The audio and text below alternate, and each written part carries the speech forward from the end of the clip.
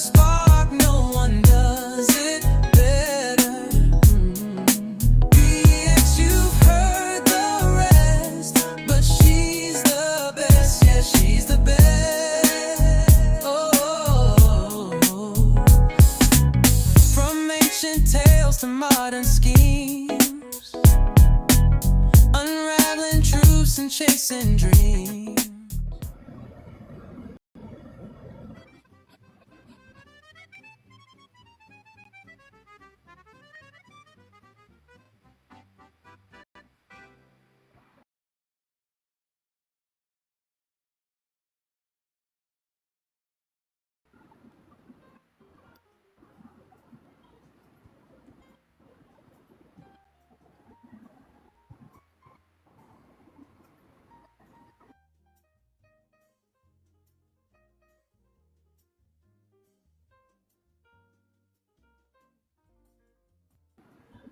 You know, I got the wrong damn picture up here.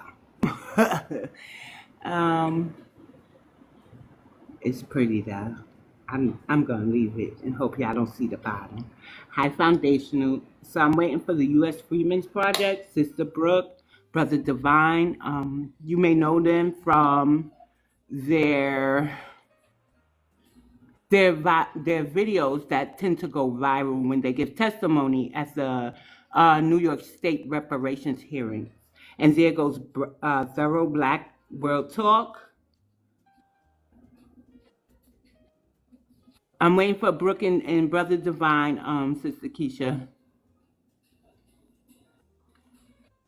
Salute. Hi. Oh, there goes Brooke.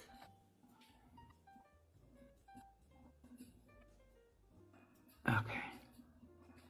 I sent the invite to Sister Brooke. Let me see. Okay, she has to accept the invite. Thank you for the heart, me.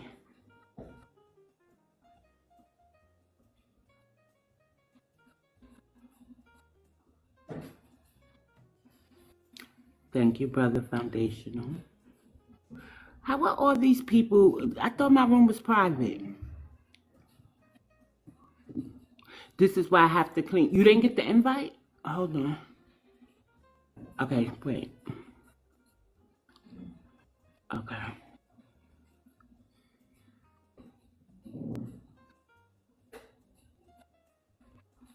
Do you see it now? I just sent it. Sister Brooke. Let me see if I can pull up Sister Keisha. Maybe it's your settings or something.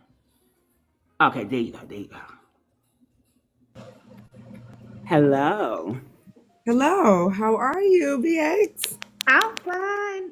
This is like a dream come true. I got the questions all prepared. Okay. Yeah. So usually I just have the interviewees, of course Keisha could stay, and then at the end of asking the questions, I allow them to come on the panel. Now, if you would like, I could let some of after Elite when he comes through, he's gonna come up on the panel. Mm-hmm. Whatever you do, like this is your domain, okay? Whatever you do, I'm cool with. Okay, is However Brother y'all do Divine it, in here? Yeah. that's the thing. Hold on, I'm damn. Hold on, Okay. let me call No, him. no, no, Oh, wait. no, Sister Keisha, you stay here too, please, because I'm telling you, TikTok is really in love with y'all. They Hello, see our videos. Hmm. can you hear me? Yes, I can. Okay, oh no, that's Thorough Black Talk. I thought that was Let me see. okay. Their avatars look a little similar. Hold on, let me call him. Oh, no problem. Let me copy the Thank you link. for the light, Send y'all. it to him.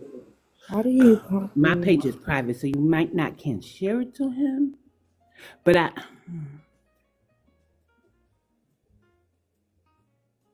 he knows how to come in rooms, and we follow each other. Oh, there goes Afro. I could get on my laptop and send him my profile if he needs the link to get into my room. It should show him I'm live.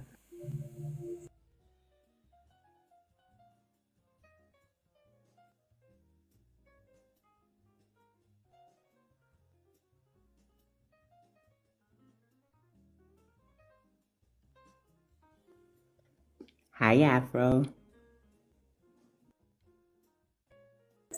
How you doing? How you doing? How y'all doing? Okay, he just got in the room. Divine. Okay, I sent the invite. Did he get it? Okay, let me do it again. Okay. Oh, no. There we go. Okay. Okay. Oh, there he goes. And he's loading.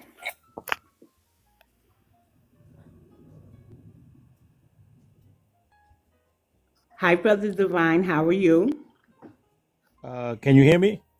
Yes, I can. Is this your first panel? No Yes. problem, Foundational. Ah, for real? Yeah, yeah. So y'all had to work with me. I'm sorry about that. It's okay. It's okay. I'm just happy. And so we're gonna make this a good experience for you. Nobody's gonna come in and go left. I bounce people. I keep an echo chamber. I think foundational Black Americans do need that because we cut up so much on this app, or we get, we just roast people, and sometimes we do it educationally, right?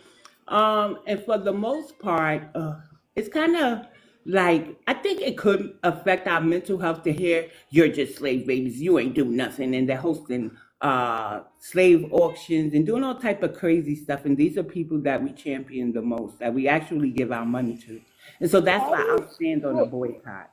I don't mean to interrupt. Did you say hosting slave auctions? Y'all didn't see it was on Twitter. No, ma'am. I don't know what you're Yes. talking. Yeah, I'm not. We be out. I what? Yes. I'm in shock right now. Yes, for fake slave auctions of us. They say things like they want to do money rituals and they'll use an Akata child. This is stuff that, if you know Ishmael Freedman, she has a record of it. I could grab the link the next time I see her. So my room, I kind of gear it for a decompression room where people can come in. We vent about everything, and then everybody goes on their way. No, I don't go live on Twitter. Not yet. I want to, but I haven't been able to. But I'm gonna go ahead and get the interview underway. I'm gonna thank everybody for entering the room. Today we are interviewing Brother Devine and Sister Breuck of the U.S. Freedmen's Project. You probably see their videos going viral at the New York State reparations hearings, and they're really standing on lineage business. So the U.S. Freedmen's Project mission statement reads, the United States Freedmen Project is a nonpartisan organization that seeks to fulfill the abandoned missions of the Freedmen's Bureau and the Freedmen Savings and Trust Company. So begin with an in-depth discussion on the reparations movement and address common misconceptions, particularly from the perspective of New York FBA voices. Please feel free to share as much as you are comfortable with. Later, we will conclude with a vibe check where you can share your favorite foods and music. If time permits, we'll also take questions from the chat. Now, I will read some questions from the chat, and y'all can choose to answer them or not. So I'm going to just ask first to Brother Devine. Can you share how long the U.S. Freedmen's Project has been established and what was the deciding factor for you to start your advocacy for the lineage? Can I be heard? Yes, I can hear you. Okay, good. Y'all gonna have to work with me. I'm gonna sound like the old the old cat in the room for a real while. Because like I said, this interface is so new. I just looked and saw that I could actually speak and chat at the same time. So this is something. All right, so yeah, let me get right to it. And first and foremost, BX, thank you for having us. Thank you for extending your platform. Um, I I first came across you as far as digitally is concerned by listening to my brother Mike's interview on your channel, and I'm just really excited to be here. You definitely run a very professional ship when it comes to your interviews and how that one was handled. So yeah, I want to make sure I give you your flowers before I started. My name is Divine Prince. I'm the president of the U.S. Freedmen Project. Um, we got started. Well, we became an official organization of 501c3 in 2021. So next year in 2026, we are super excited. We will have our 5th year anniversary. So, it feels like a long time and a short time all at the same time. And the reason why we started the organization initially is because I often tell this story. Long before I got into the reparations fight in the reparations space, I was totally convinced, no one can tell me otherwise, that I wasn't going to be involved in some level of black capitalism. So at the time I had a mentor, and was going down that path, reading those type of books, the self-help and all that other stuff, right? But I'm bringing that up to say that one of the things that my mentor taught me at the time was, if you look around and see something that needs to get done and nobody else is doing it, that means it's you. And so prior to 2021, we had been, in that 2020 presidential election, pressuring the Democrats during that primary about reparations, specifically for the lineage of those that had ancestors that was enslaved and emancipated in the U.S. And when I looked around at the landscape in New York, starting with my local area, like they say all politics should be, there was not a single organization advocating exclusively for our ethnic group. And that includes all the legacy orgs and all the Pan-African orgs. And so it was at that time that, again, I saw something needed to be done. I was already clicked in with an amazing group of individuals who have largely now formed the board of the U.S. Freedmen Project, and also some of its most staunch and loyal advocates. And we got together and said, hey, since no one else is doing it, we could either complain about that or we could become the entity that does that. And that's what we did. Nice. So what specific federal policies do you advocate for to achieve reparative justice? Also, can you tell us what reparative justice is, just for those who may be unaware? Oh, that's a great question. So I'll take that second part first.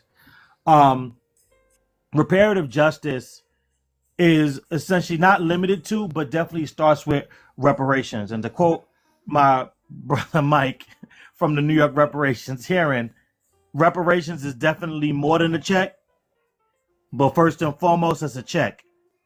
That's actually one of the major pillars of reparations, especially when we're talking about as defined by the UN, but more importantly, the precedent that all other, if most others, if not all other reparation packages have taken.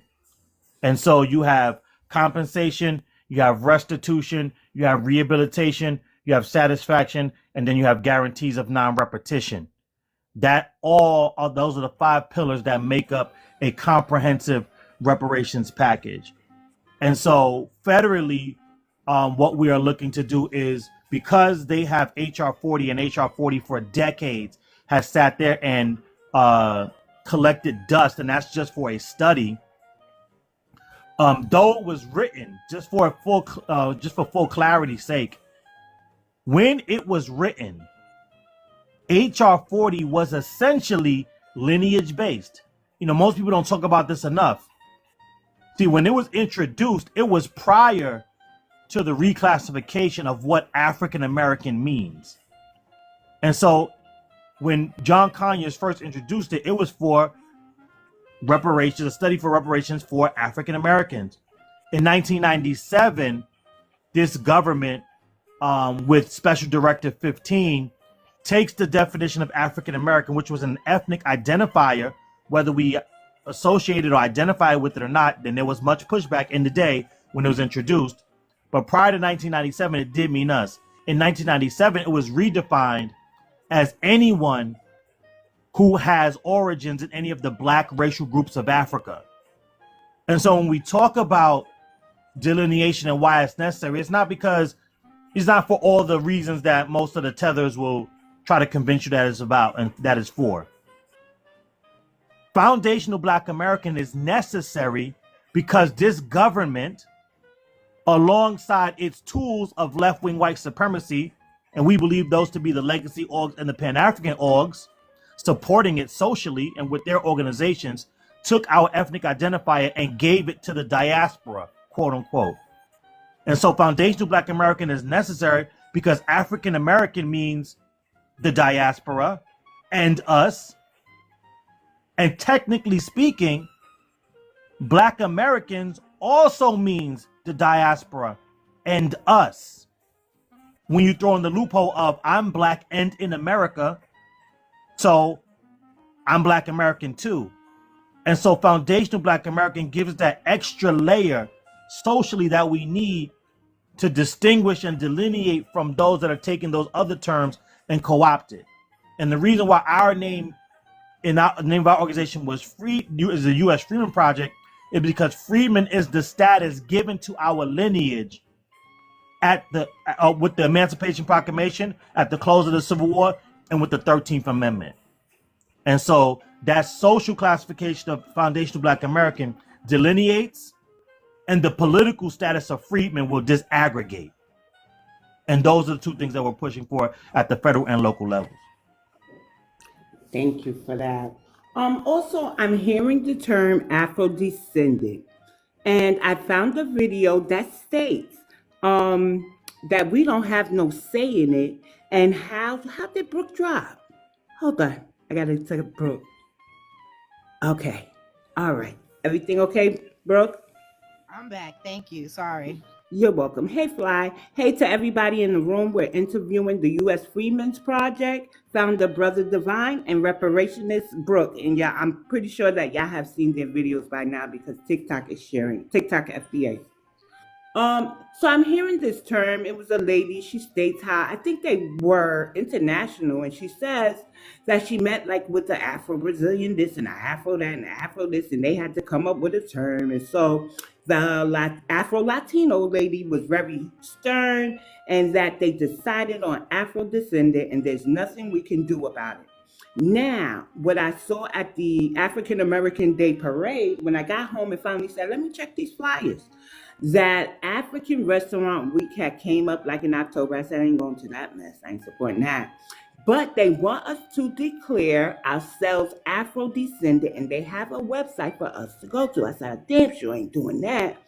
But I also noticed, and I'm probably skipping ahead a little bit, when they were talking at this past reparations hearing, that they said we should not focus on what to call ourselves unless we're calling ourselves Afro-Descendant or something like that. Do you have any insight on that, and what do you think about it?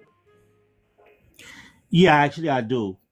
So well, yeah, I'll just speak for what I know. I think, this esteemed panel can definitely speak towards more of these things from their experience. I could speak to my experience from them lately. And also, that's another video that I got to post. And my sister Brooke stays on me, and she's the more savvy of us too, with these things. So she will help me with that. But I also have a video clip from when I went to the UN. They had a permanent forum on people of African descent. I think this was like either the third or fourth year they did it.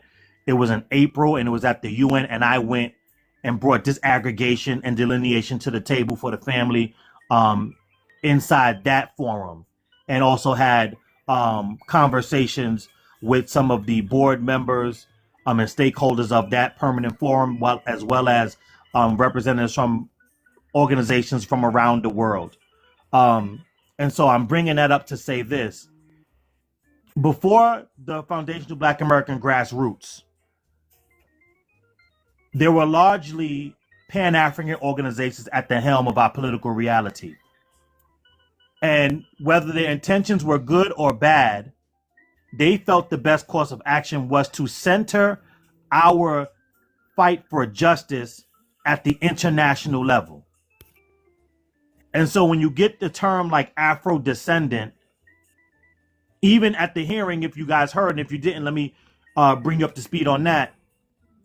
A number of who we would call foundational Black American based on their lineage, they were getting up and talking about the Afro-Descendant term, and they were framing it like, hey guys, don't use African American, which we agree with.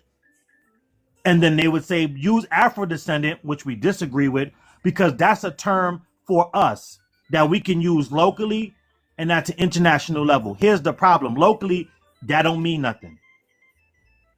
You could call us, it could be Afrodescended, it could be purple people eaters, it could be whatever you want to call yourself. There's no standing in our federal or local government for a term like Afrodescendant. So that's the first problem. The second problem is that it's largely an international term, which means it's an international claim. I'm not saying there isn't an international claim, but that's not our fight. That's not the fight the U.S. Freedom Project is taking on. That's a separate claim. Here's the third and most problematic piece of that, in my opinion. And I'm speaking for myself, because others might feel differently. Once you are talking about an international claim, you get what also happened at that hearing. There was a Haitian brother that got up and was talking that Afro-descendant talking out of his mouth. He let it slip. I'm an Afro-descendant. And imagine how powerful it would be if all 250 million Afro-descendants got together and were standing strong on one accord. Now we know there's about 43 million plus foundational Black Americans. 50, if you agree with my brother Marcel, because he'll beat me in the head if I don't say 50 million, because that's his number, because of the gross undercount that they've admitted, right? But regardless of whatever the number is, let's just say it's 50 million. Who are those other 200 million people that he was counting? The answer is not us. No matter who he's counting, it ain't us. And we know he identifies as Afro-descendant. He's Haitian. So what we see is that this Afro-descendant movement is just Pan-Africanism by another name. And in my personal opinion, a religious cult, because they're centering a man by the name of Silas Muhammad that's tied to the nation in some way, shape, or form.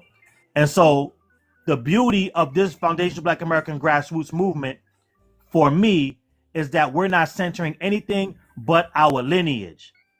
So it doesn't matter what your other identities are, what your sexuality is, what your gender is. If you are a foundational Black American, that's what's being centered. We don't got to center nothing else, not your religion, not your ideology, not whether you like to bake cookies or cook rice. It doesn't matter.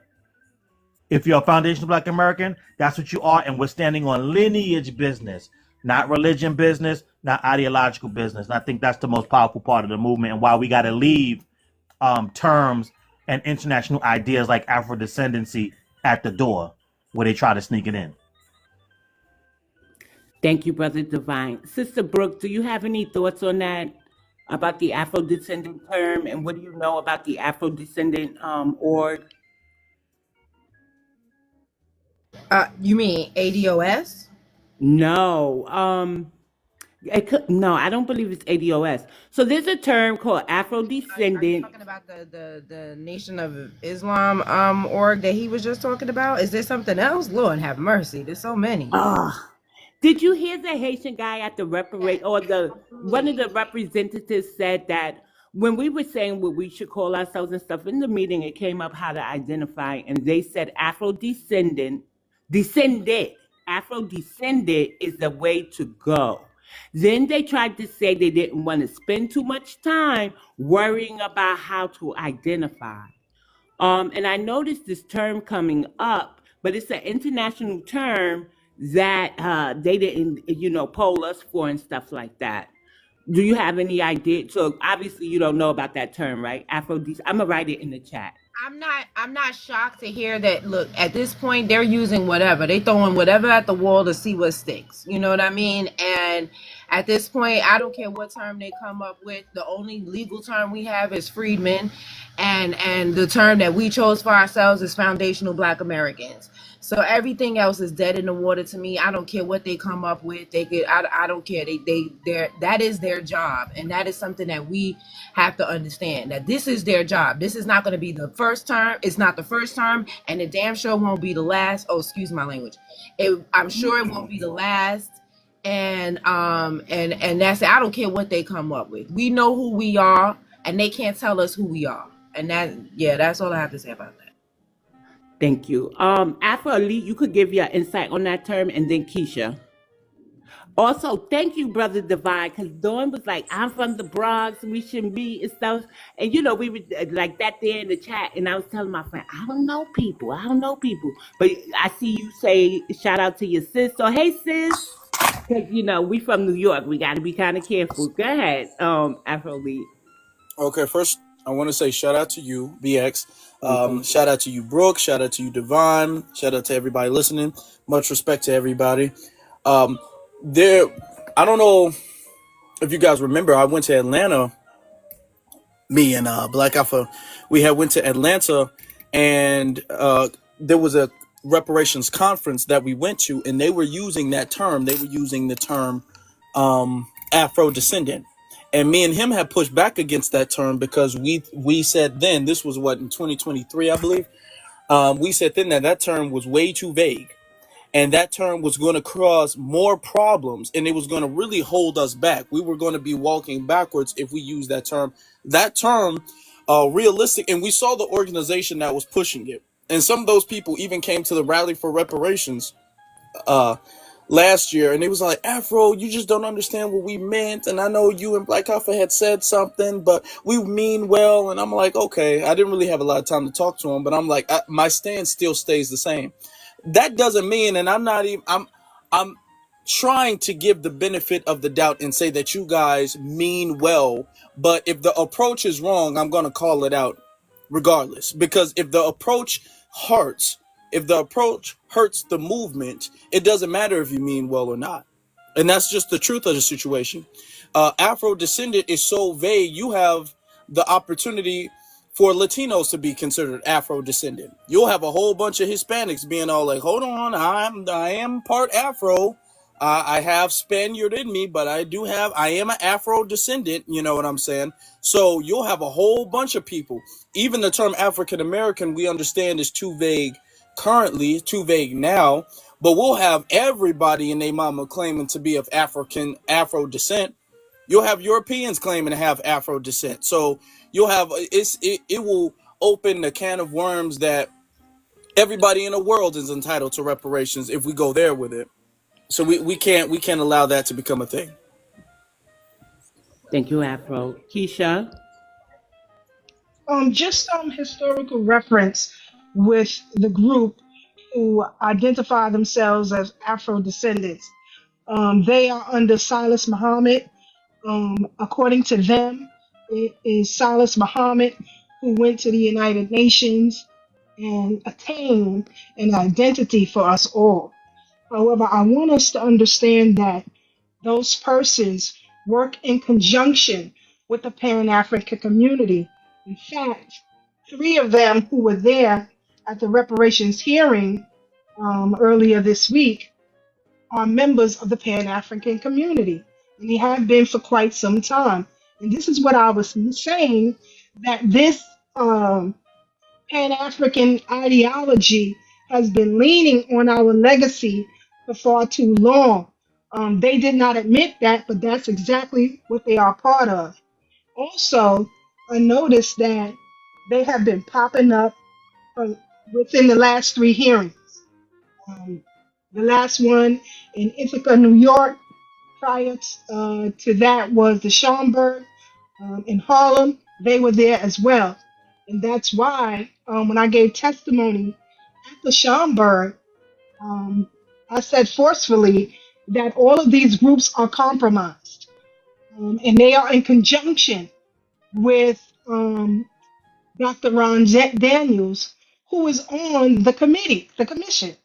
And that's problematic. So I just want us to know that historical context with this organization or this group that is identifying as Afro-descendant, and that allows others to grandfather clause themselves onto our reparations claim.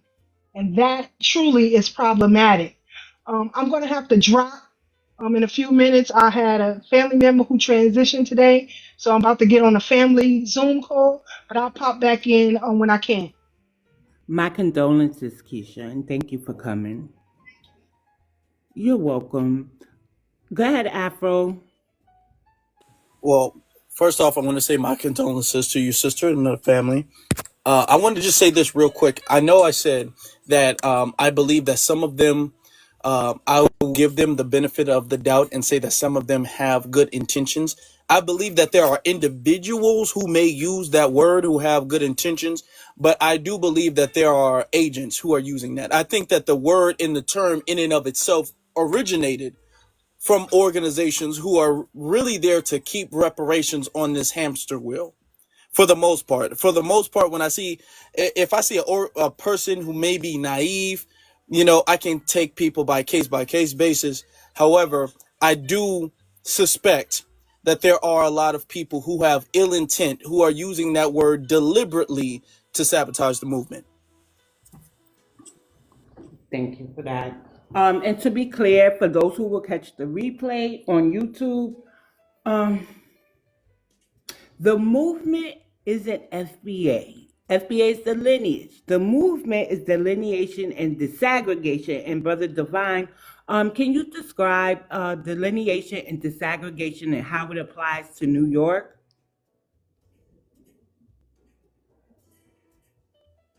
Absolutely. Thank So you. delineation is more a, just to make it real simple without getting into all the textbook uh definition of it. Delineation is the social separating, if you will. And it's not, I don't even want to use the word separating. What it does is it takes a whole and breaks it down into more distinct categories. So delineation is the social term for it. Disaggregation is the political and legislative form of the word. So, because disaggregation is usually a term most associated with the data. And so that's what disaggregation is. Going to your government, essentially, and asking for a data set to be disaggregated versus aggregated, so that you can get distinct identifiers and distinct numbers and distinct data sets on very well-defined categories. And that's it. But if you want me to go any deeper than that, please let me know. But that's I think the very simple term. Delineation is for social, disaggregation is for political and legislative.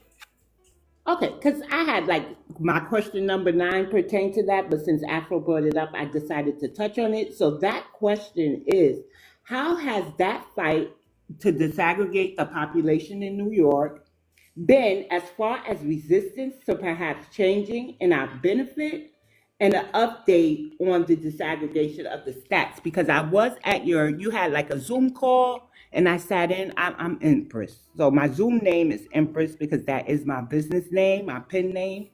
And I asked you about disaggregation and things of that nature. So can you tell us how that fight has been, how hard it has been, and if there has been any update on it? Oh wait, so you mean you were at the you were on the Zoom portion of the disaggregation event we did at the church? Yes. Oh wow, okay. That's great. Okay, My good. name is in BX over there. So I'm an urban fiction author, and my author's name is author Empress Simone. So I go by the name Empress. On TikTok, they nickname everybody. So they nickname me BX, and it sticks because my books are New York centered, and I'll have BX, the Bronx and everything I do. So here I'm BX, but on Zoom calls, I'm Empress. Okay, so when you say books, so you have books you written and off for sale? Yes, on Amazon. Oh well, listen, please give me Yeah. those links so we could support. We would just talk about that in Afro Elite Thank space. you. Please let me know. So I can definitely get those books. Um, Thank you. yeah. So here's what I will say, because this has been the most illuminating and simultaneously the most disappointing part of this entire fight, right?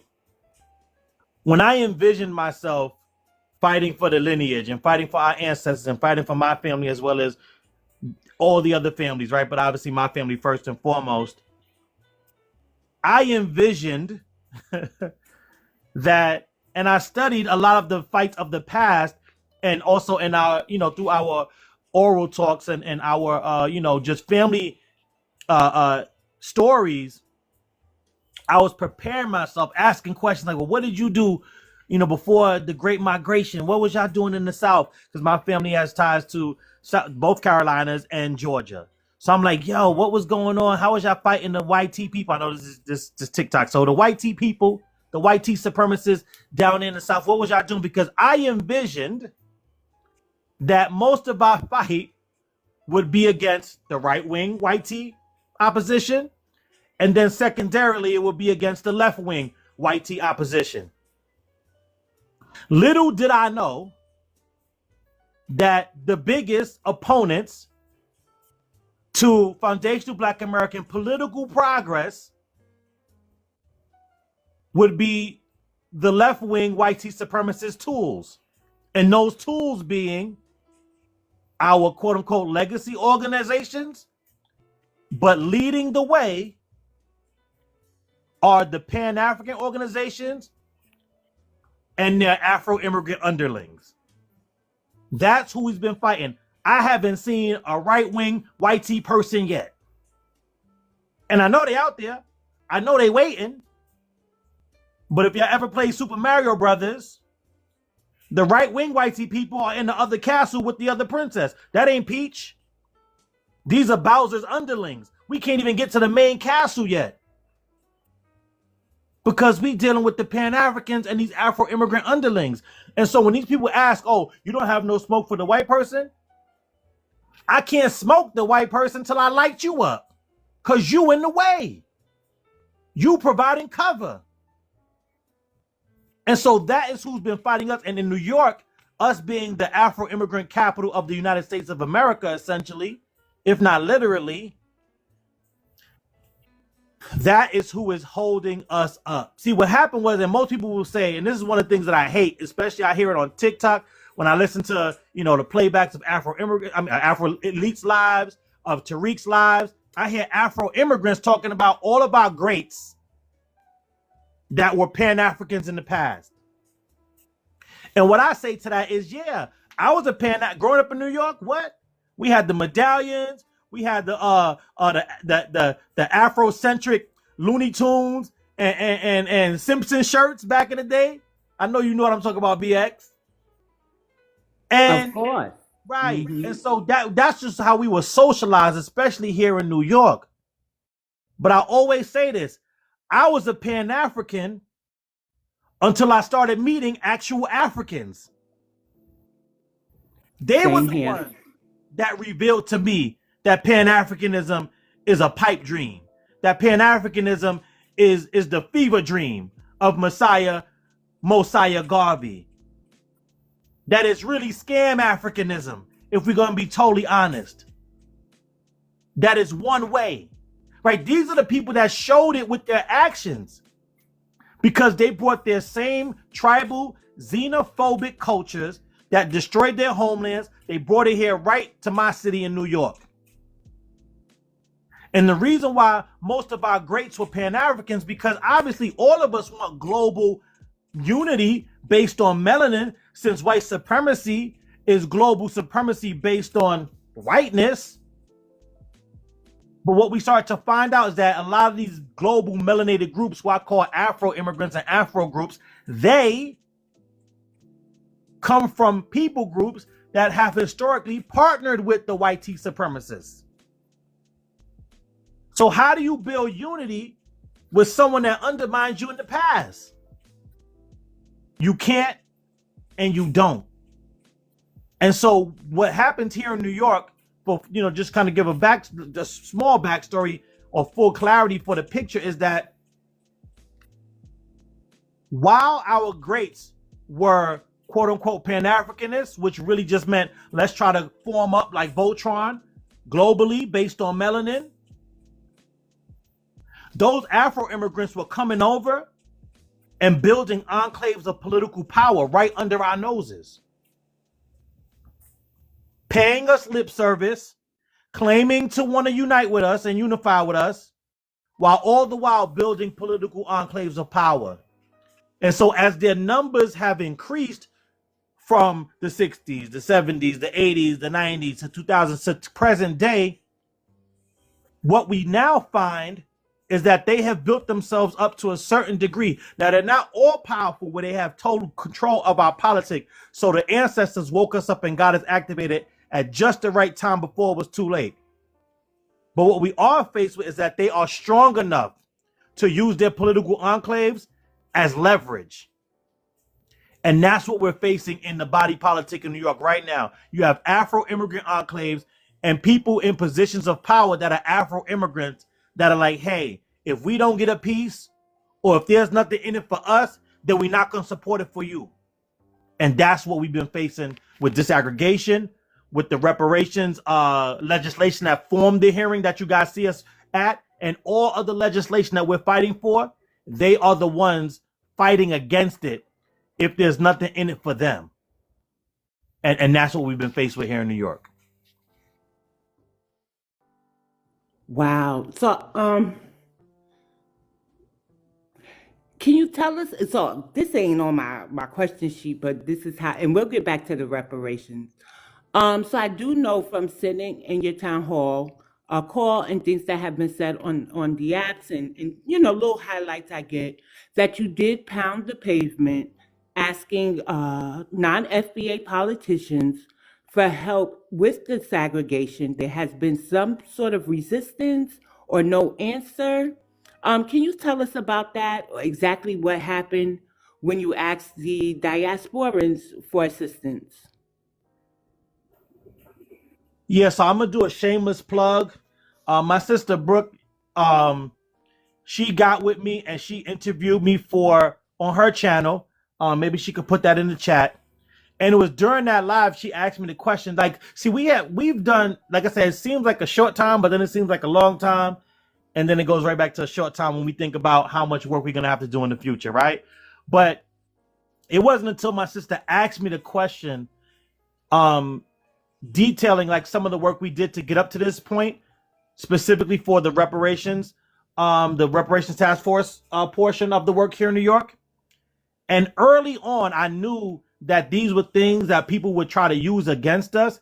And so preemptively, the U.S. Freedmen Project reached out to over 50 advocacy organizations in New York that are lineage-based for Afro immigrants. So let me say that again.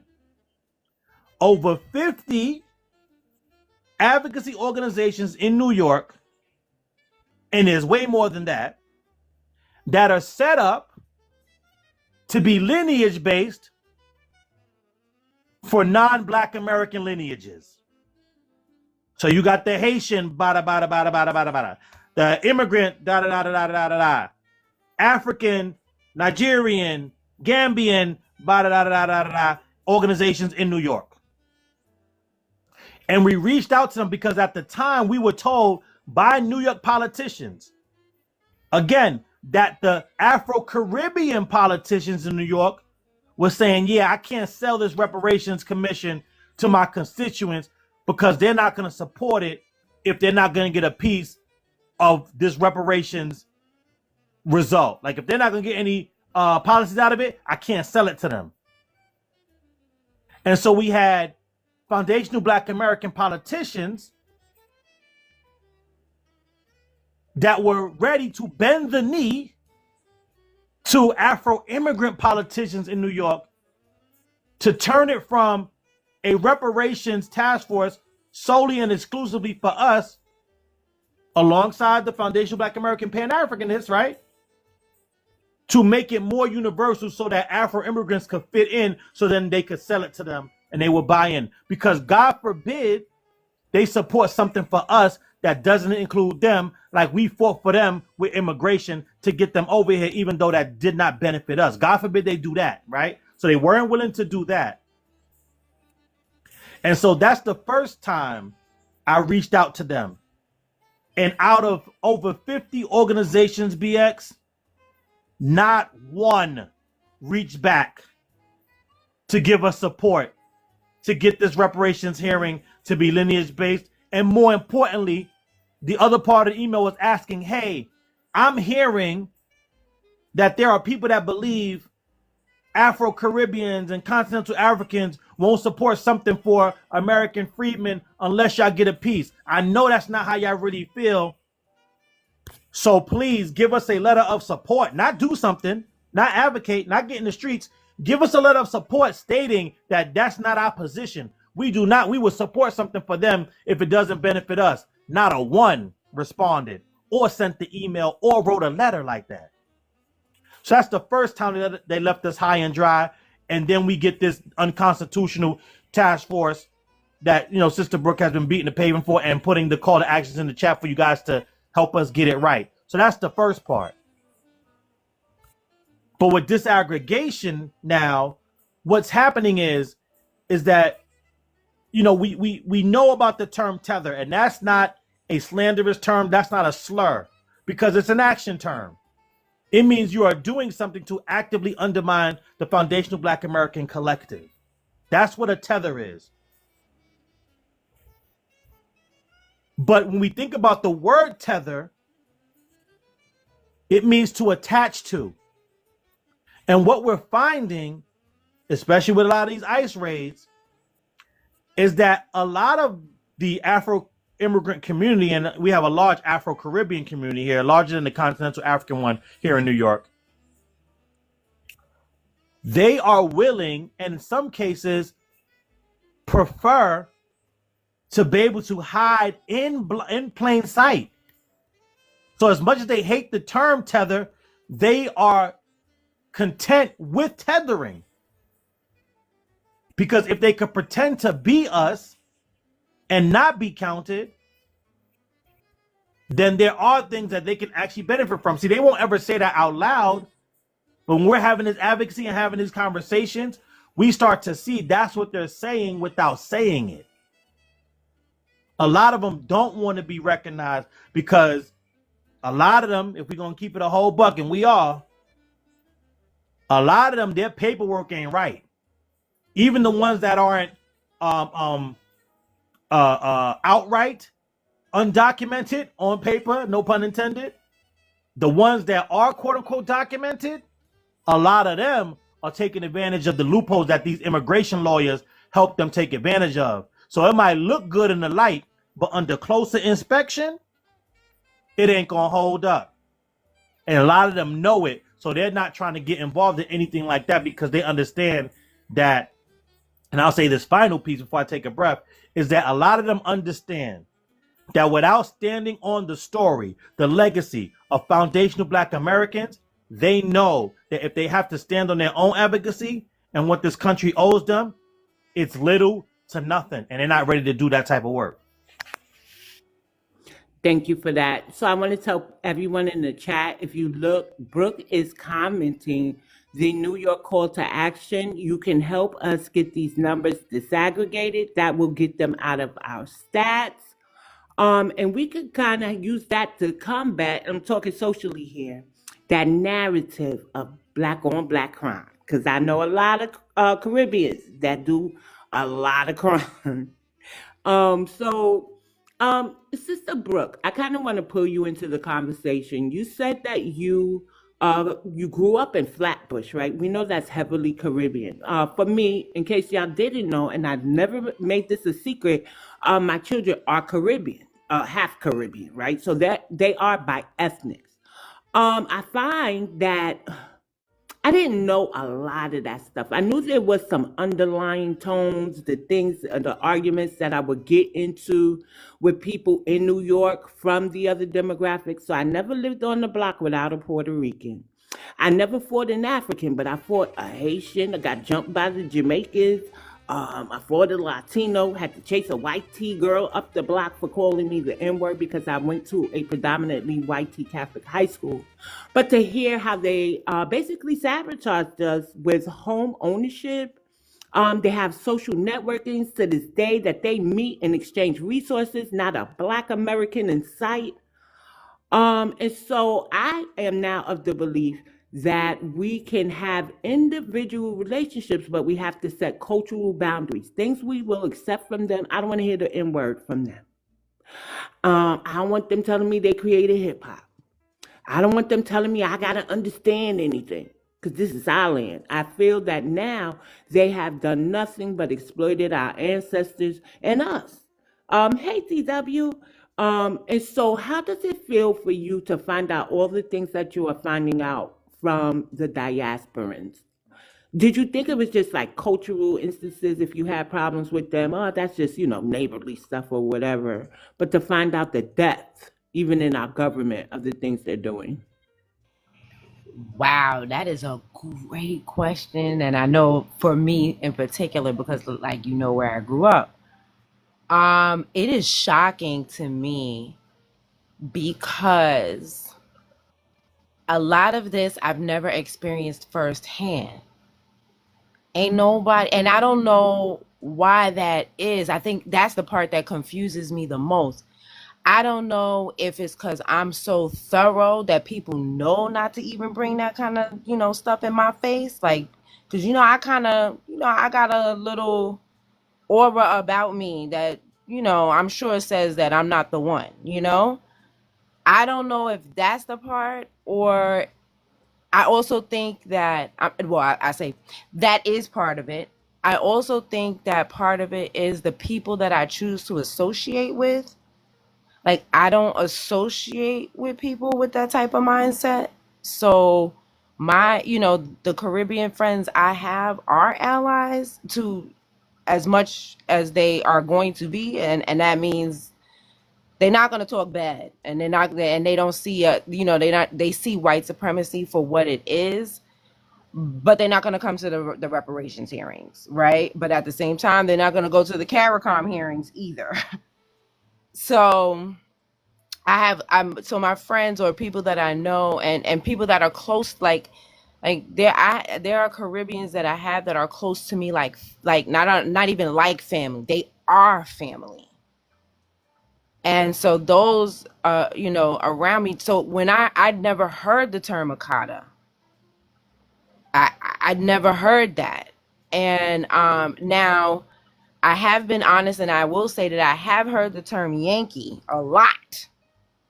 But at the time when I heard it, and I'm going to say this publicly, at the time when I heard the term Yankee, people have to understand that in New York, that is also the name of our baseball team.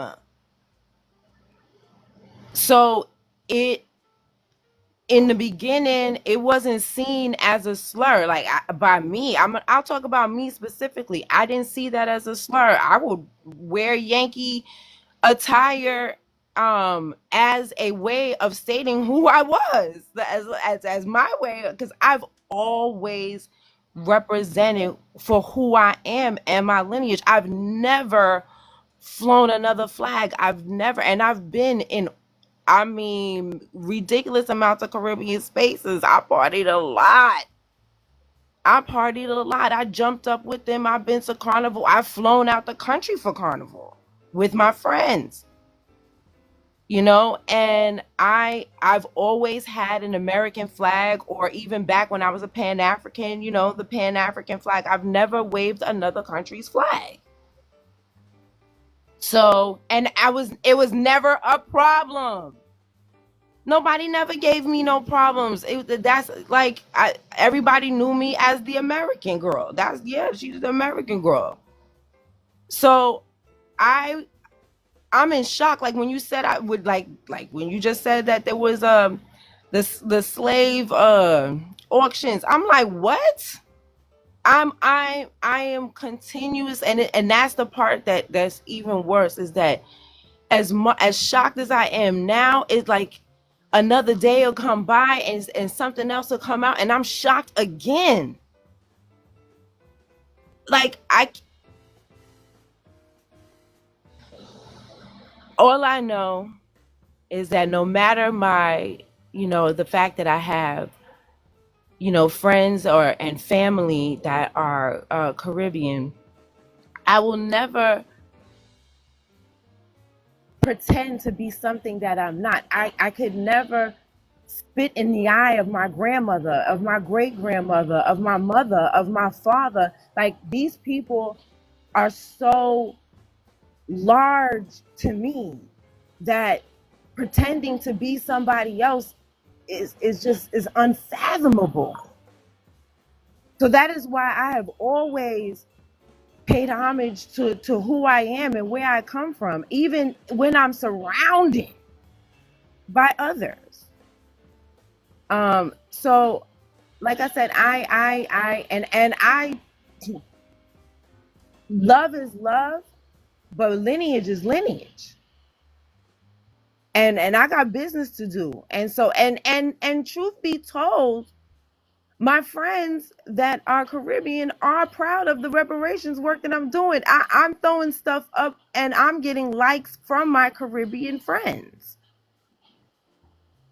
About, you heard what I said at these hearings. I'm calling out. I'm telling the truth. And I'm still, you know what I mean? People know the people that I associate with know the truth. And they know I'm gonna tell it. And they know I'm not gonna lay down. So, that's just been my experience, and like I said, I will never, is lineage first all day. Like, I'm gonna fight for this is our country. We have to fight for what, if we don't do it here, where? If we let them ruin it, then what? Then we get nothing? And I've said this in because Instagram is more where where I'm more familiar. I will say that the app itself doesn't show me any love, and it always shadow banned me from day one at the nail shop. But that is the media, the social media that I'm most familiar with, and there is where a lot of my Caribbean friends are, and so I'm letting them know, like, we are the group in the diaspora that went through formal slavery the longest. We built the country that they all want to come to. Are we not owed our money? And do you think that we're going to stop fighting for our money? Because you lost your mind. Like, I tell President Devine, I'm a rabid dog about my reparations. I'm not playing. And anybody in my way, and this is something else I say a lot, foreign or domestic, will be flattened. I'm not playing. I don't care where you from. I don't care if you family. I don't care if you not family. I don't care if you an immigrant. I don't care if you a citizen. I don't care if you're in my way, you're going down. And I'll land there. I hope I answered your question. Yeah, I like it. You know why? Because as a woman who have children that is half Caribbean, I find, well, people act like they did a deep dive on me and it was an aha moment. You don't know anything about me that I didn't say first. And there's been people like, BX, how could you talk like that? Oh, your kids are Caribbean. You don't like half of your children, which I find to be dumb. I'm still foundational Black American. My father, they say we don't have fathers. My father literally raised me. He really did. And he made sure that I had a relationship with my mom. He wasn't bitter. So if I was born in the 70s and then my father was a single father until he got married, I'm looking at people like, y'all are crazy. Black men do take care of their children. So I don't understand why they think that Black Americans who date outside of the ethnic group, not necessarily racial, are supposed to throw their whole identity under the bus for them. Like, no. I love my granny because she gave me to the right parent. We didn't have court. We didn't go to court as Black Americans back in the day. The families made the decisions on who was going to keep the children. And that's what she did because she was a nurse and her older children were married with their own families. After a while, when my father said, look, let me take my daughter, I was 2. And she said, sure. But when she wanted to move down south, honey, she took me with her. And my stepmama was mad. So I get it. When it comes to standing on lineage business, friendship don't apply. And I've told, you know what I've told Black Americans since Facebook days, 2010. If I hear you disrespecting the ancestors and we ever get reparations, this is before ADOS came to my attention, Tariq and FBA and all these other groups out here.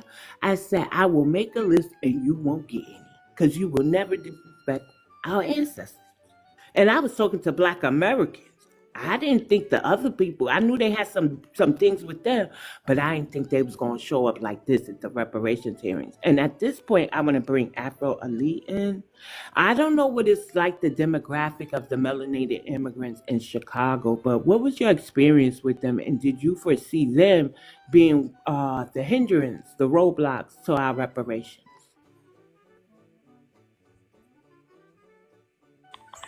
Um, it's a lot. It's a lot.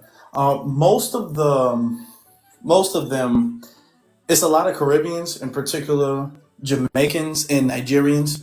If you could say as far as the immigrants are concerned, it would be mostly Jamaicans and Nigerians. They would make up.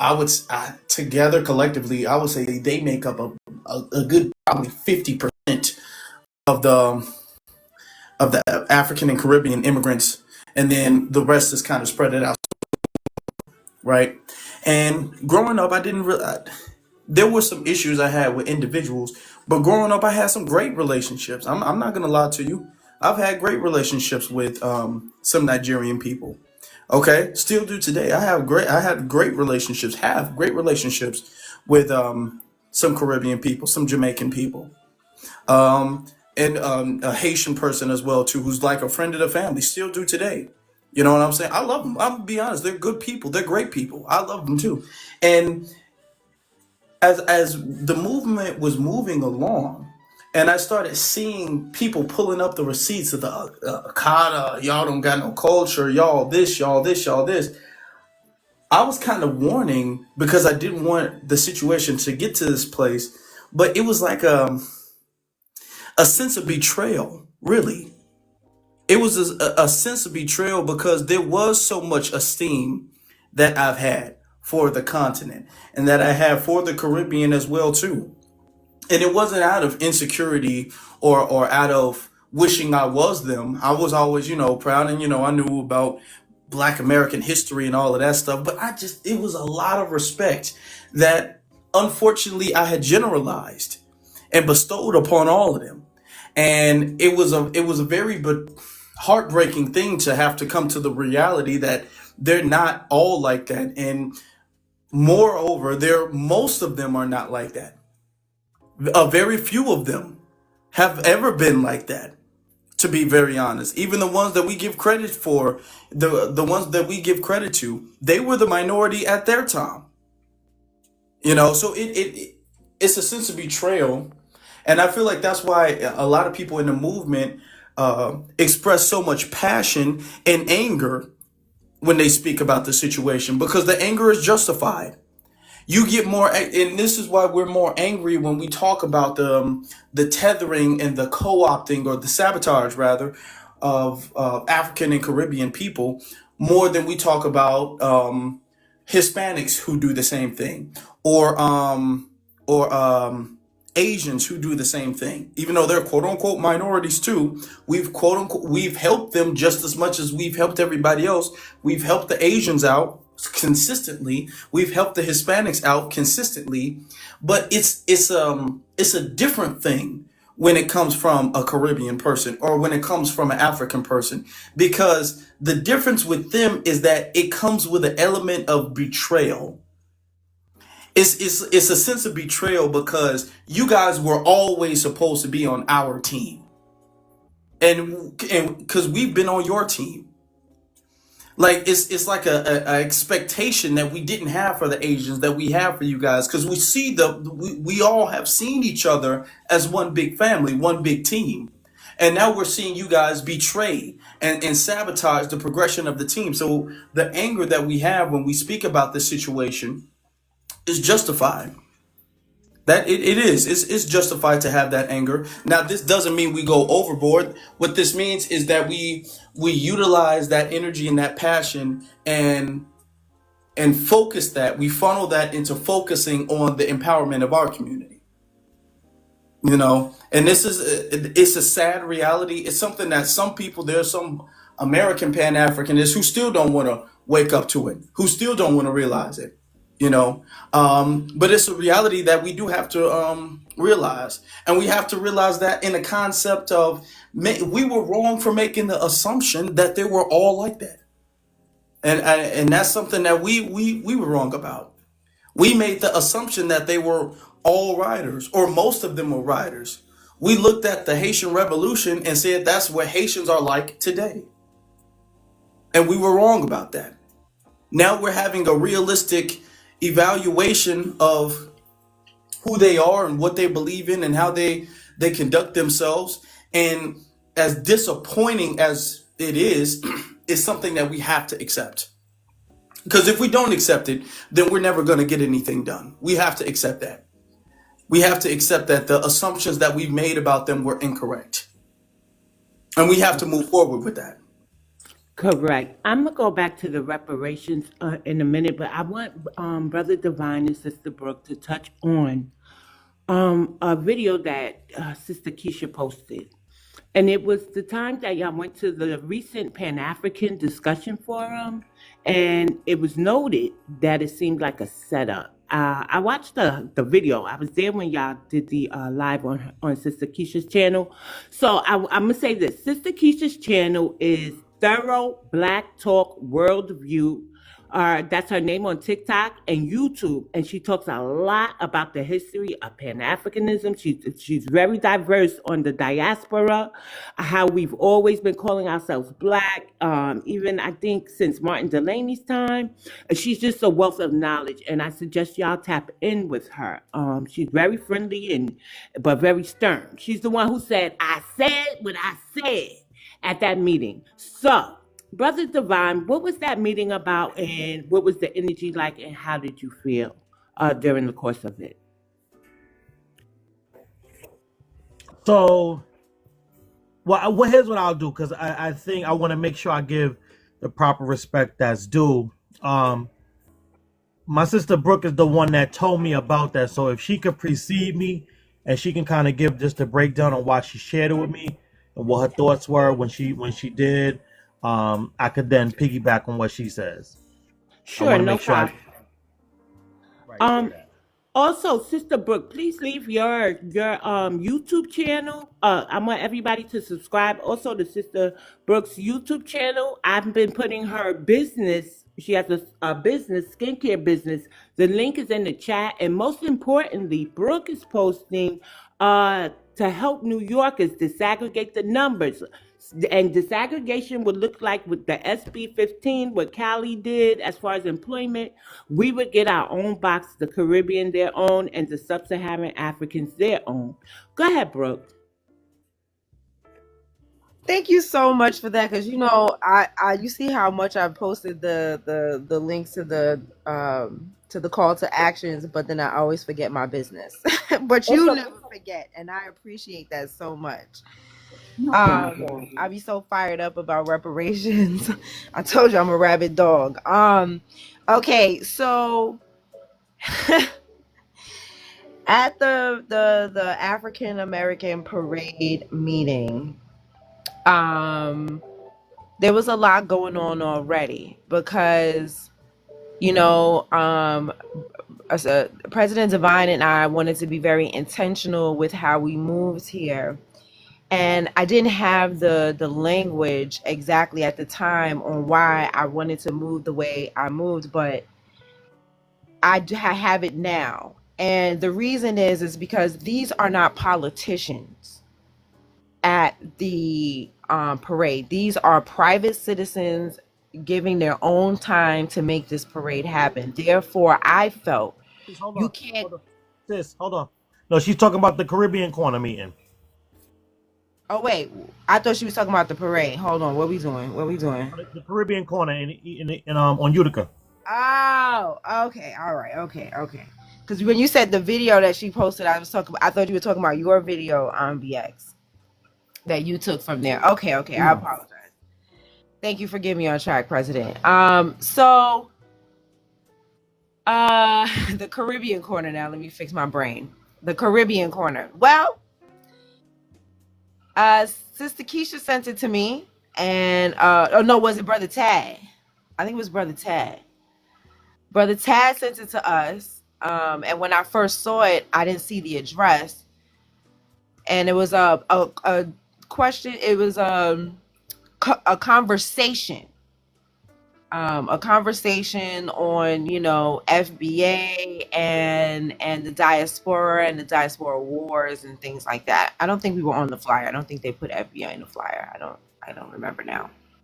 Um, but I have a copy of it. I could get it when I finish talking. But and so we decided to. Tad was saying that he was just gonna go, and I wasn't. I had to work that same night. I had to work after the meeting, so I didn't the conversation. So I didn't know if I was gonna go. But then when I saw where the address was, when President Devine showed me the address, I realized I had to go because it was in my hood. It was in East Flatbush.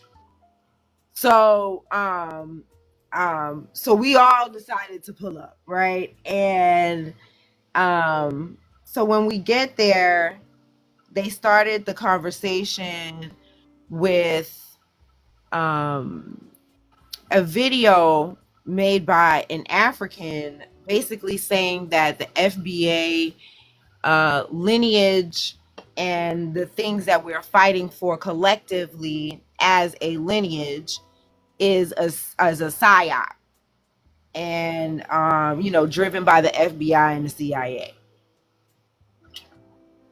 So they already started off with bad faith, and you know, it just ended up being an intellectual showdown that we, you know, won.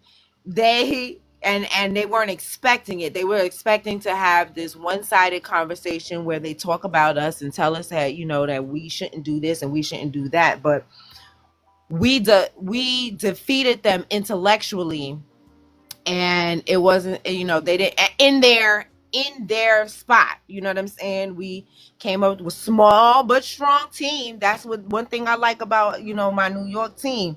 It's never a whole lot of us. With the New York FBAs, is not a whole lot of us that are, you know, out here doing the work. But the ones that we got, we strong as hell. And so they got rocked in their own house with their own conversation, and we did that New York style. And wherever we go, that's what we do. We shut it down wherever we go. So and I'll leave it there, and then we could, if you want to ask me any particular questions about specific instances in the meeting, you know, I'll be for sure to answer that, but I don't want to be too long-winded. Thank you. Yes, we do. We shut it down, right? And I think for the most part, we get that from our ancestors. If you look at the history of New York, it's one of the earliest documented on land. We know we've always revolted. But in New York, those who were enslaved in 1712 and 1741, they were rebelling. Also, what I found was that pregnant women were involved in the 1712 New York slave revolt.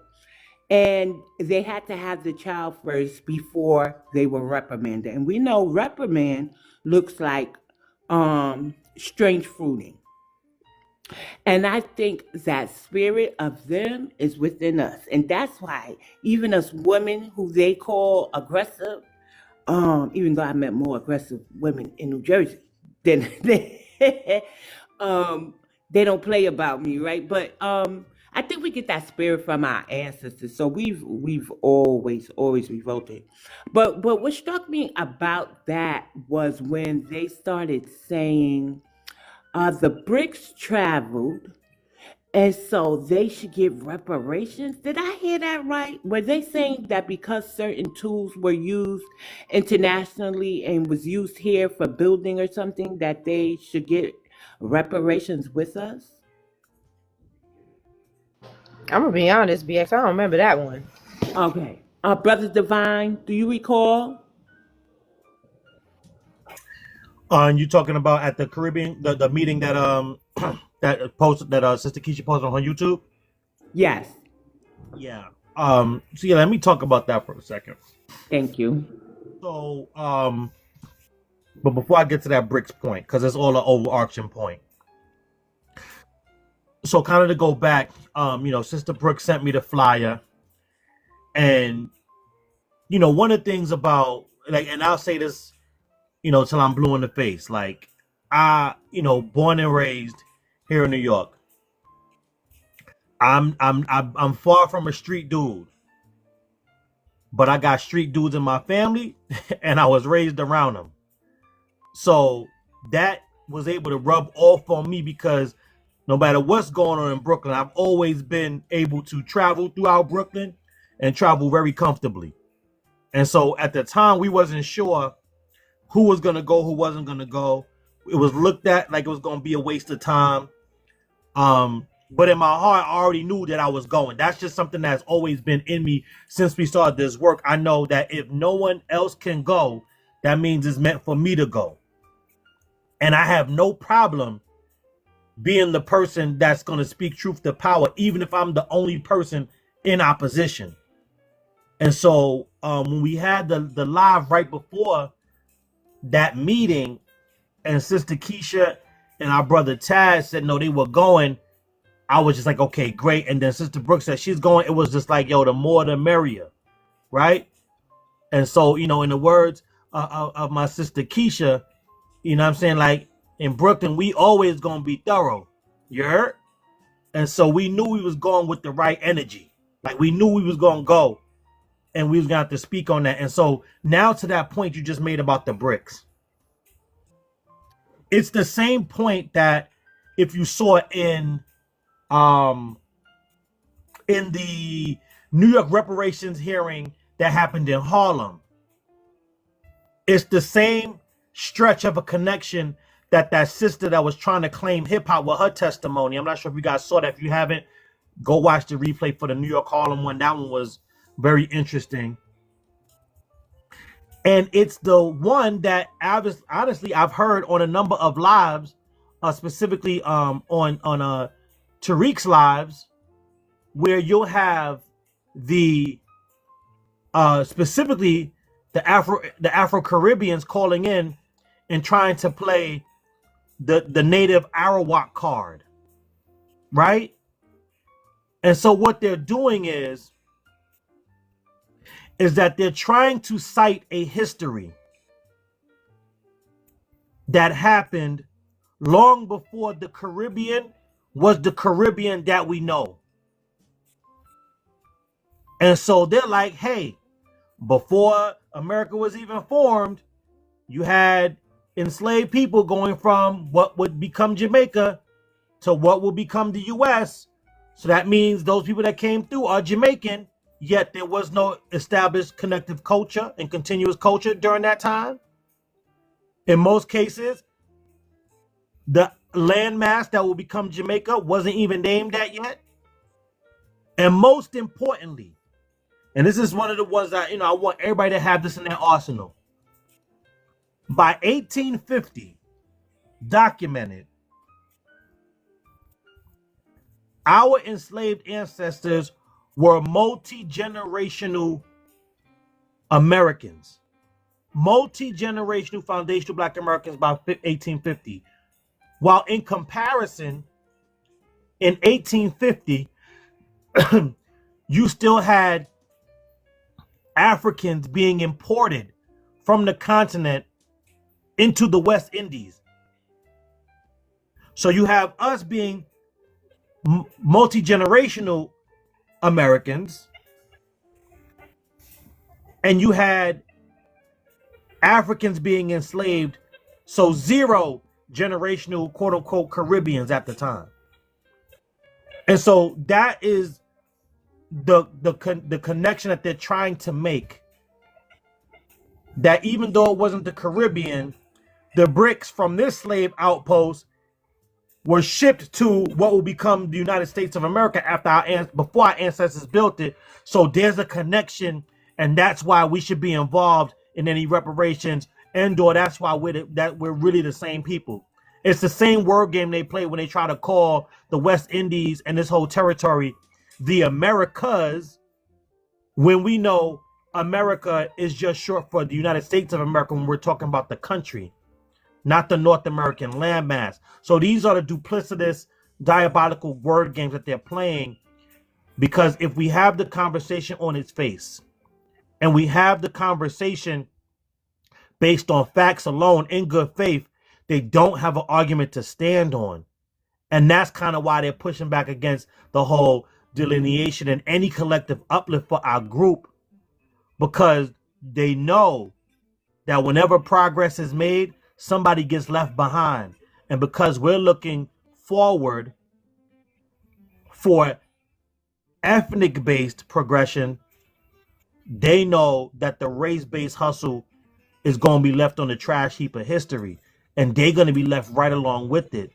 Because despite popular belief, despite them getting on TikTok and lying about them being the warrior class of their respective countries and homelands, we already know. And I would say maybe outside of Haiti, you know what I'm saying? They not about that life. They ain't never had that in them. And we're definitely not talking about the ones that end up here with us, because we know they're not the fighters because they fled. Even if there are some of those on those islands, in those homelands that are the fighters, it ain't the ones that get here that's trolling us from one of the states here or from somewhere in the UK or Europe. Those are the fleers. And those be the main ones talking the loudest about being the fighters, but being proud of their homeland that they're not even in anymore.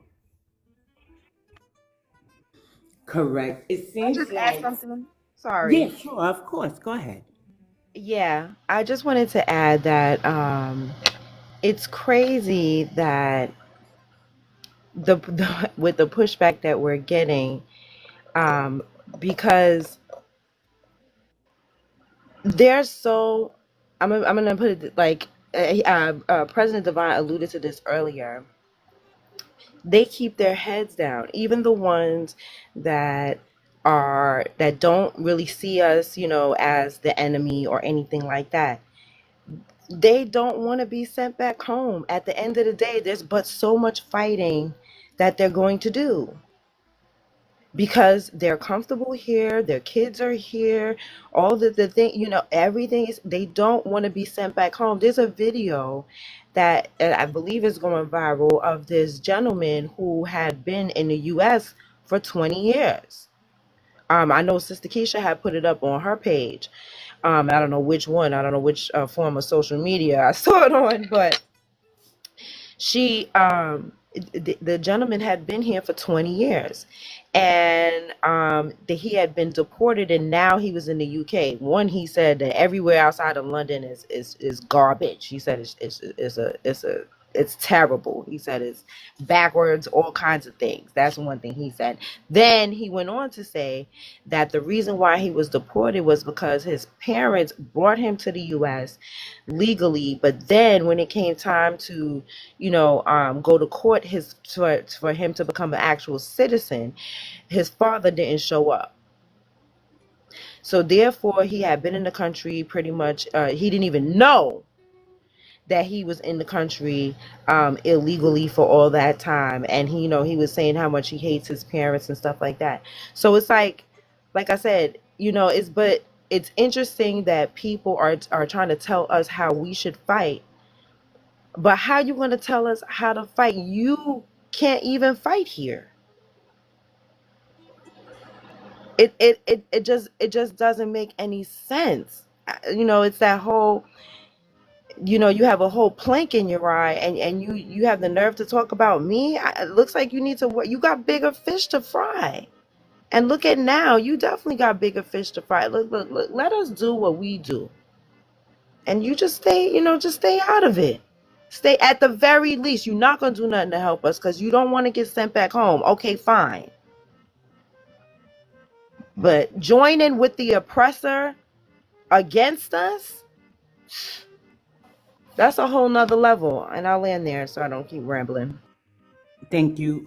Afro, what do you think about that? When you hear the bricks and it's like a whole bunch of double dipping. Oh, and one thing the biasnic Pan African said on the panel that also stood out to me was that, well, she knows she should get two checks. I guess from CARICOM and one from us. Yes, she definitely said that. that, and that's the problem. That's the problem. And even still, she's willing to scorch earth what we're doing. That's the insidious part, because even here's the thing, and this is what I say: even if we wanted to share, we can't. It's unconstitutional. At the end of the day, even let's just say I wanted to, I can't. And by demanding that someone shares, you're blowing up the whole thing. This is our only chance to get repair for what we went through. Okay, like I said, I live around a lot of Caribbeans, and I hear a lot how they weren't in slavery as long as us. So we deserve repair for that. And you can't. No, not even you can't. We will not allow anyone to take our repair. It's not going to happen. They have CARICOM. I'm not over there, not now, and a Black American is over there inserting themselves in CARICOM's business. And we will not allow that here. Like I said, we went through slavery the longest. We built the biggest and richest country. There's no way that we are going to sit here and not get our money. And anybody in the way, foreign or domestic, like I said, will be flattened. And I'll end there. And I told my children, I said, your other side has CARICOM, but you live here, you identify as Black American, your great grandmother, which is my grandmother, my mother's mother, is very intricate in your life. What does the Caribbean owe you? Don't go to CARICOM. That's your father's responsibility if he wants to call y'all to the table. I don't understand why people don't think like us, right? And I do believe the more that they pile on with this race stuff or showing up to our reparations, they will tank it. That's just me being on the outside. I don't sit with the legislators and stuff, but that's just me being a good Black American who understands certain things. We're fighting for everything that we got now, and they're making our job a lot harder. Afro, what are your thoughts so far on what you heard as far as the Pan Africans here in New York? Problematic. Let me address some of the most recent things that I've heard. As far as the Pan Africanists, and I've said this before, the issue is that when somebody says Pan Africanism, it's an ideology, and it's not an ideology that is structured like a religion. For instance, you have religions. The Christianity has the Bible, Muslims have the Quran. There's rules and regulations. There's standards with an ideology that operates like a religion that doesn't have those things. It means different things to different people. So you can have Black Americans who claim to be Pan-Africanists and are super riders, who are super riders. And then you have Pan-Africanists who are completely exploitative to Black American culture. And what we've seen is that the Pan-Africanists who are exploitive to Black American culture, they've become the majority, and now they represent the current modern day ideology of Pan-Africanism, exploitation. So I'm not going to say anybody who ever used to be Pan-Africanists are bad, but I am going to say modern day, that's the representation of it. I want to address what you said before about the bi-ethnic who says that I'm going to get 2 checks. To me, that's a clear sign that you're looking at reparations as a money grab. And I don't even like using that type of verbiage because that's the verbiage that is used against us. But what I mean by that is, when we talk about reparations, we're not talking about it like, man, I'm so behind on these damn bills. I don't know what I'm going to eat tomorrow. My car note coming up. I need some reparations. That's not how we're viewing reparations. We're viewing reparations as a tool that we as a community will utilize for the empowerment of the community. Okay. And we're using that, and we were like, okay, with this, we can start setting this up, this school, this bank, this hospital, boo up the bam. And then the kids can have this, and then, but, all of that stuff. So that's how we're looking at it. Just based off of the whole, well, I'm going to get 2 checks, and then kind of bragging about it. I'm this and I'm that. So you're looking at it from a very opportunistic standpoint. You're looking at it like you're going to get the money and you're going to splurge and you're going to have fun and go on vacation or do whatever. And this is too often how they look at it. Okay, you're not even looking at reparations the way you're supposed to be looking at reparations. Now, I, for one, I don't tell nobody how to spend their money. If you do decide to spend your money on whatever, because that's a talking point that's used against us too, that we not gonna spend it right. So I make the argument, however somebody spends their money is their own business. So I'm not trying to police nobody's spending habits, but I am trying to say that for the person, I think you said it was a woman, right? For the person who said that, that just shows her character. That really it shows her character, and then how she views reparations, and then the community. Because when I get reparations, even though I might troll, say, yeah, I'm about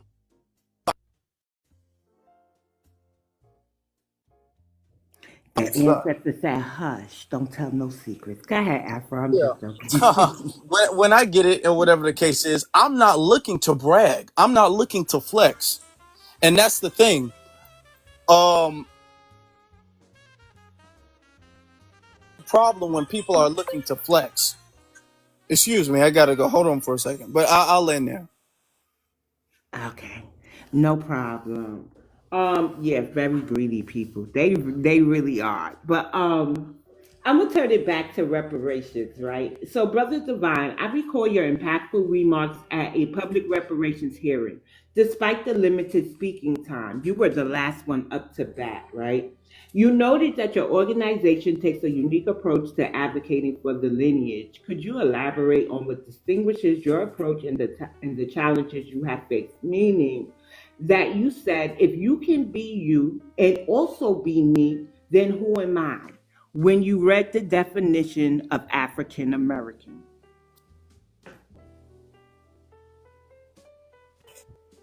Damn, BX, you be doing your homework. I gotta. But that's the like. I gotta be honest. I feel like I'm like fanned out with you, Brooke, and Afro Lee on my panel, and I'm trying to be like a professional journalist here. I do have degrees in journalism, but I never thought watching y'all that I would have the chance to interact with y'all.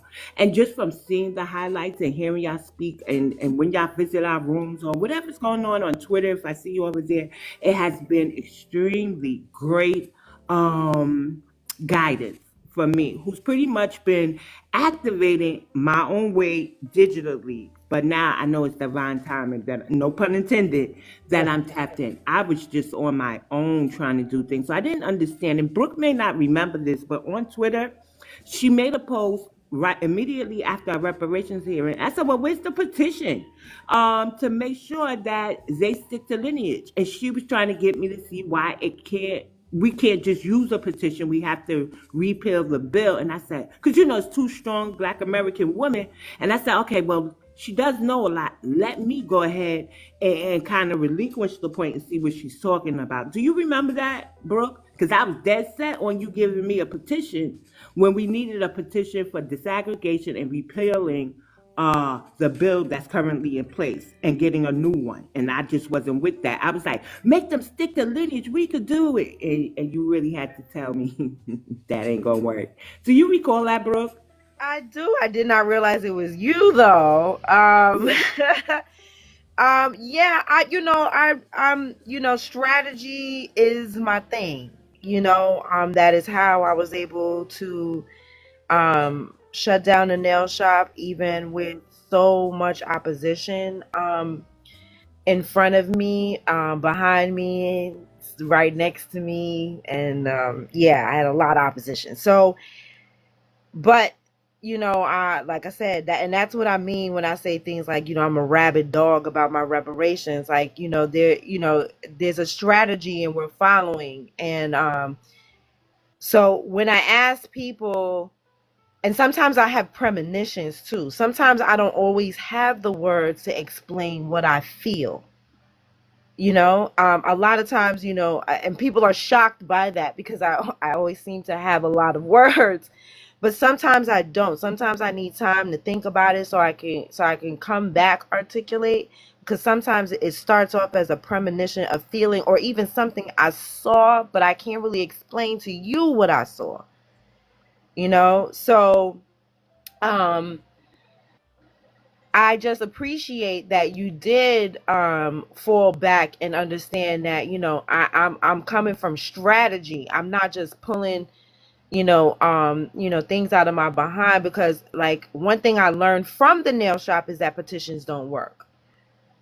I had a petition and they still opened it back up, and so then I had to come up with a new strategy, and then that's how we ended up getting it shut down.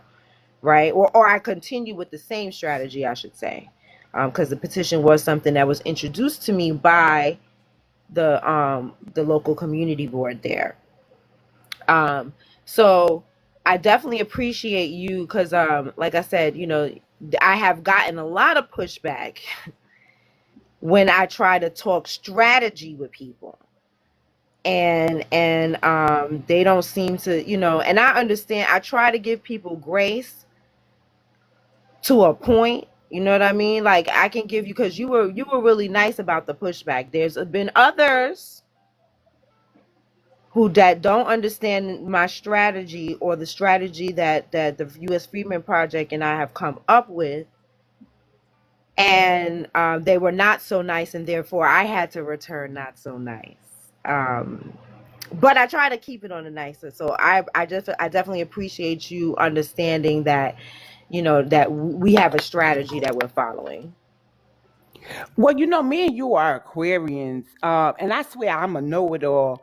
But had it not been for like Brother Simon pulling me in, taking me to Twitter, because I was getting frustrated on TikTok. You could see sometimes we unserious over here, and showing me that people are doing the work. So I kind of was like, you know what? I don't know everything. I had to get out of my own way and understand that I couldn't. I'm not always right. And at the end of that conversation, I said, well, my inbox is always open. Please feel free to contact me. And I left it there, and look at us. We here now. See how things work? Sometimes we got to get out of our own way. We do. Two strong Black American New York FBA, both Aquarians, both have premonitions. So that could have been the ancestors too, because we know how we could get broke. But something told me, just relinquish the point. You don't know everything. And sure enough, we're here. And I'm happy that I did, because now I understand I don't know everything, especially about this stuff. So thank you to both you, Brooke, and Brother Devine. Brother Devine could go ahead and answer the question if you remember it. If not, I can repeat it, no problem. No, I absolutely remember it, but I wanted to just revel in the energy that you guys just shared, because it speaks volumes about both of you. Um, but more so that I want to hone in on you, because I already tell her, how amazing she is, so she don't need to hear it no more. For me, not today anyway, Sister Brooke. But you, BX, like that is such a great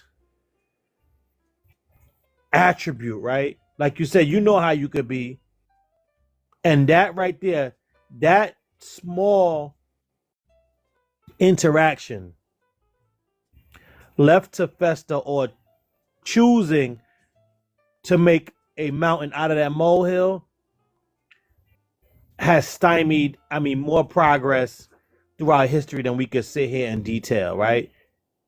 And so I just wanted to give you your flowers for being able to say, you know what, maybe I don't know enough about this. Let me just be open enough to learn and relinquish the point and see what she's talking about, and for you guys to come together and I got a chance to I have this opportunity with you because of that interaction between the two of y'all.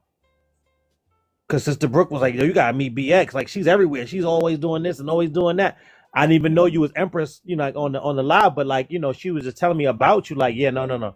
You got to meet her, and she's here, she's there, she's doing this and doing that. and and you're part of the reason why I'm here on TikTok. So it's it's a beautiful thing, and just seeing how the dominoes could fall, and looking at and seeing and understanding how they could have fell. Just like you said, it's the ancestors, but also that portion of you that was able and egoless enough to say, no, let me let this one go, and look, and like you said, look at us now. Thank you. It took a lot of work to get to that point. I mean, because, but for some reason, I tend to find friends who are social workers. So I don't really have to pay for too much therapy. But yeah, I had to get out of my way. And sometimes I still have to get out of my way. Because like I said, I don't know everything. But thank you, Brother Devine. I appreciate your words of encouragement and your words of kindness. And we all do. And I think that's something that is kind of like, I know personally that has kept the U.S. Freedmen Project going, right? Understanding that no one knows everything. And even if and when people look to you for answers, it's okay to say, hey, you know what? I don't got the answer to that right now. Or I don't got the answer to that yet. I'm going to find it, or direct us to the person or people or entity that does have it, and we can find it out together. And there's no shame in that. When you are surrendered to the purpose and not your ego, there's a level of respect that comes with it, even when you may not know the answer that they're looking for at that time. So with that being said, back to your question, and you bringing up words that I've said in the past that I forgot that I said, but you brought them back to my remembrance. So thank you for that. Yeah, this is something that I felt needed to be said, and I'm glad that I said it, and I'm glad that I've said it over and over again, to the point where Dr. Ron Daniels had to try to push us to the proverbial back of the bus, Jim Crow us, if you will, by saying, hey, we don't need to keep hearing from the same people over and over again. Let's prioritize, quote unquote, new voices. And I had to let him know, and this is a part of my answer now, that the reason why it sounds like I'm saying the same things over and over again is because the truth doesn't change. And though their lies and their tactics to hide the truth the truth remains constant and steadfast. And so the same thing that I said then, and that was one of my earlier submissions to this task force, is the same thing that I said on Tuesday.